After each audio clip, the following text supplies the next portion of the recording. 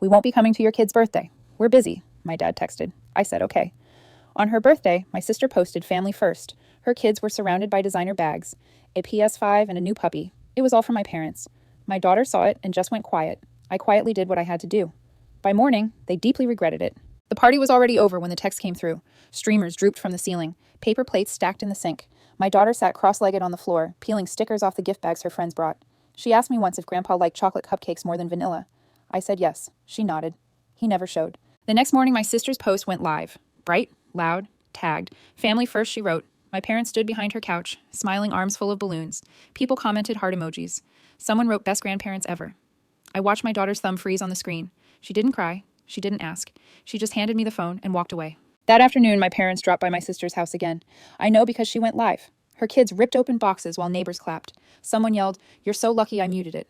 I didn't block anyone. I didn't comment. I stayed calm. That night after my daughter fell asleep, I opened my laptop at the kitchen table. Same chair, same account, same transfer I'd scheduled every month for over a year. I clicked once, then again.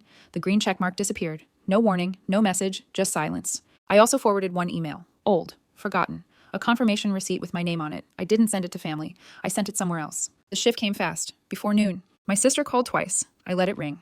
Then a text. Hey, did something happen with the payment an hour later? The bank says it didn't go through. Then, please call me. By dinner, my mom called. Her voice was tight. Your sister is upset. I said, okay.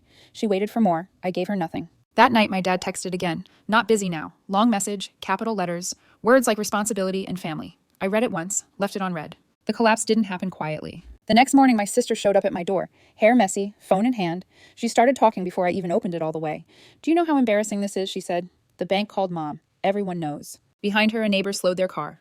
Watched. I said, you posted first. She stopped, froze. What family first, I said. You were loud about it. Her phone buzzed. She looked down. Color drained from her face. My dad's name, then my mom's, then another number she didn't recognize. Across town, my parents were learning what covered meant, what exposed felt like. By afternoon, the comments disappeared from my sister's post, then the post itself. Someone had screenshotted it anyway. It started circulating.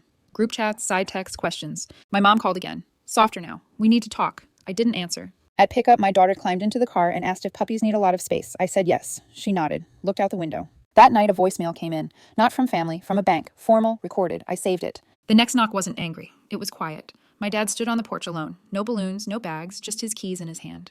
He looked past me into the house, searching for something he'd skipped. I didn't invite him in. Inside, my phone buzzed again. A message from my sister. Short, panicked. Can we fix this? I looked at my daughter's door. Closed, light on. Outside, my dad cleared his throat.